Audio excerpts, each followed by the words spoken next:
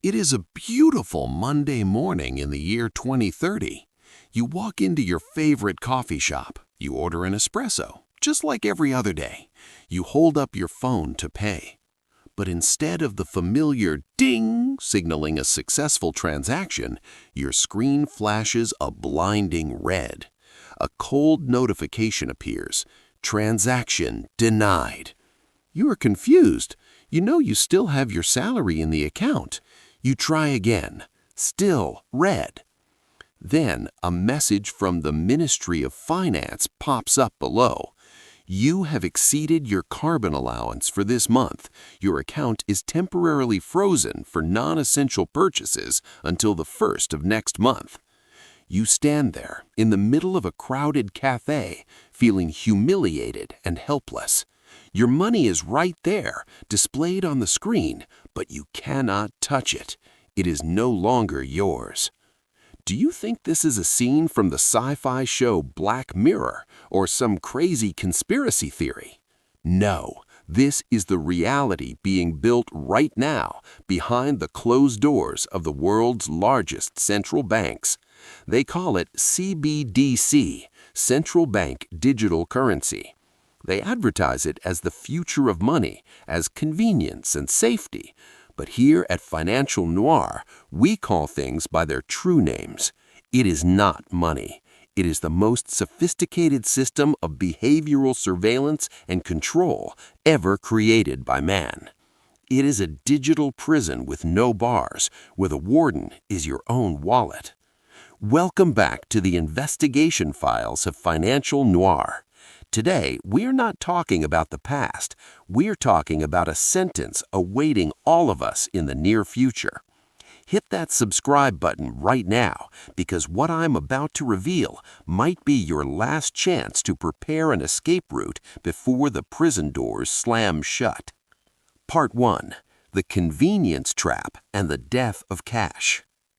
To commit the perfect robbery, the thief never uses force. He uses seduction. He makes you voluntarily open the door and invite him in. CBDC is exactly the same. Right now, we hear a lot about the cashless society. Payment apps, digital wallets, QR codes. Everything is so fast, so convenient. You don't need a bulky wallet. You don't fear losing cash. You don't need to wait for change. But you need to clearly distinguish this. The money in your current bank account and CBDC are two completely different things.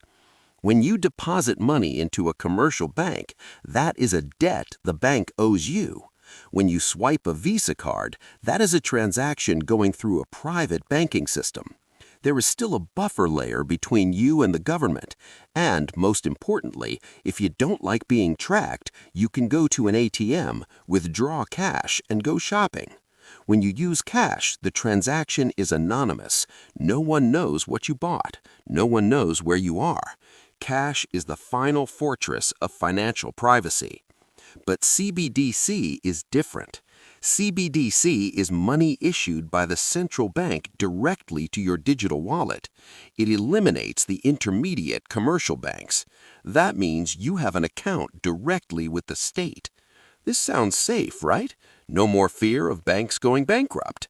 But look at the dark side. When cash is gone and everyone uses CBDC, it means every transaction, no matter how small, is recorded on a centralized ledger. You buy a newspaper, the government knows. You buy a pack of cigarettes, the government knows. Who you sent money to, at what time, at what location, they know it all.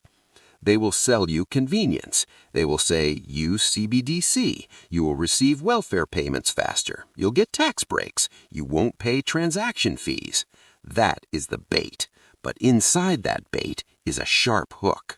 Once they convince you to give up cash and switch entirely to digital money, the trap snaps shut. At that point, you no longer have a choice. You have handed over total control of your survival to a cold, calculating algorithm. Now, let's go deep into the most terrifying part of this file. This is why I call CBDC a digital prison. The biggest difference between CBDC and traditional money lies in a technical feature. It is programmability. Paper money is inanimate object. A $20 bill in my pocket and a $20 bill in a criminal's pocket have the same value. It has no memory, no morality, and no bias. It is just a medium of exchange. But CBDCs are computer codes, and computer codes can be programmed. The person who holds the control rights to that code can set rules for how that money is used. Picture these scenarios. This is not imagination. These are technically feasible features of CBDC. Scenario 1. Money with an expiration date. The government wants to stimulate the economy. They send $1,000 to your CBDC wallet, but this money is programmed to self-destruct if you don't spend it within 30 days. You want to save for old age? You want to save to buy a house? I'm sorry, you can't. You're forced to spend, forced to run in the hamster wheel forever. Your ability to accumulate wealth is stripped away. Scenario 2. Geofencing. Suppose you live in an area with political unrest, or the government simply wants to rezone the regional economy. They can program the money in your wallet to only be spendable within a 5-kilometer radius of your home. If you travel to another province, your wallet is disabled. You become a prisoner in your own country, confined by your own money. Scenario 3. Behavior control and artificial morality. This is where it gets darkest. Remember the example at the start of the video about the carbon quota. If the data shows you bought too much red meat, too much alcohol, or bought plane tickets too many times in a year, the algorithm will automatically block your next transaction, or worse, they can fine you directly. Instead of sending a ticket to your house when you run a red light, smart cameras identify your face and deduct money immediately from your CBDC wallet. No court, no trial, no right to appeal. The sentence is executed by machines instantly. Pause for a moment. I want you to truly reflect on this. Are you willing to trade your freedom for a little payment convenience? Do you accept letting a group of people you have never met decide what you are allowed to buy and how much? Leave your opinion in the comments. Do you choose freedom or convenience? I truly want to know where we stand in this war. You might be thinking, this detective is exaggerating. Democratic countries would never do that. If you think that, you are being naive. Look at the evidence I have gathered on this desk. The pieces are slowly completing a global picture. Evidence number 1. China and the digital yuan. China is the world leader in CBDC. They have combined it with the social credit system. If your citizen score is low, you cannot buy plane tickets. You cannot buy high-speed train tickets. Your children cannot even attend good schools. Their wallet is not just money, it is a conduct report, and it works extremely effectively in controlling 1.4 billion people. Evidence number 2. The Canada incident of 2022. Canada, a Western nation famous for freedom and democracy. But when the trucker protests happened, what did Prime Minister Justin Trudeau do? He didn't use the army, he used the financial system. The government ordered the freezing of bank accounts of protesters and even those who donated to them. No court order needed, just one phone call, and thousands of people suddenly couldn't buy food, couldn't buy gas, couldn't pay rent. That was when money was still in commercial banks. Imagine if it was CBDC, how fast and brutal would the asset freezing be? Just one enter command and the entire opposition is financially wiped out. Evidence number 3. Projects in the U.S. and Europe. The Federal Reserve, or FED, has released papers on the benefits of a digital dollar. The European Central Bank, or ECB, is aggressively preparing for the digital euro. They use beautiful words like financial inclusion, anti-money laundering, preventing terrorist financing. But the nature of power is expansion. When they have a tool for control, they will use it. History has proven that 1,000 times.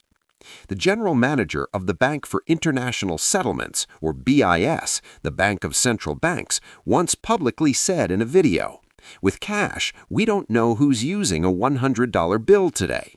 The key difference with the CBDC is the central bank will have absolute control on the rules and regulations that will determine the use of that expression of central bank viability." Absolute control. That is the ultimate goal. Ladies and gentlemen, this case file is not about economics. It is about power. Currency is the energy of life. Controlling currency is controlling life. If we let CBDC completely replace cash, we are stepping into a modern prison camp where the guards don't need batons because they hold the keys to your refrigerator. They want a world where you own nothing and you'll be happy about it, because if you don't act happy, your wallet will be deducted points for attitude. So what can we do? Is there an escape route? The good news is this prison is not yet finished. We still have time, though not much. First and strongest act of resistance: use cash. Keep the habit of paying with cash for small daily transactions, buying groceries, getting gas, drinking coffee. Every paper bill you hand over is a vote for privacy. Do not let cash die because of our own laziness. Second action: diversify assets out of the banking system. Do not put all your eggs in one digital basket. Own real assets, physical gold, silver, land, things you can hold in your hand, things that do not need electricity or the internet to exist. And finally, learn about Bitcoin and decentralized cryptocurrencies. I am not talking about speculation to get rich. I am talking about technology. Bitcoin is the antithesis of CBDC. If CBDC is centralized control, then Bitcoin is decentralized freedom. Owning a little bit of an asset that no one can freeze or confiscate is necessary insurance in this chaotic era. The war for the future of money is the most important war of our generation. It will decide whether our children live as free citizens or as digital slaves raised in a glass cage. The file on CBDC is still being written every day by your own choices. Indifference today will be the sentence for tomorrow. I am the guide of financial Noir. My duty is to shine a light into the darkness, but the person who finds the way out must be you. Don't forget to share this case file with the people you care about. They need to know the truth behind that fake convenience. Hit subscribe and turn on the notification bell, because in the next file, I will expose the invisible enemy that is eating your assets every night, an enemy we call inflation. Today's file closes here. Good luck in the dark.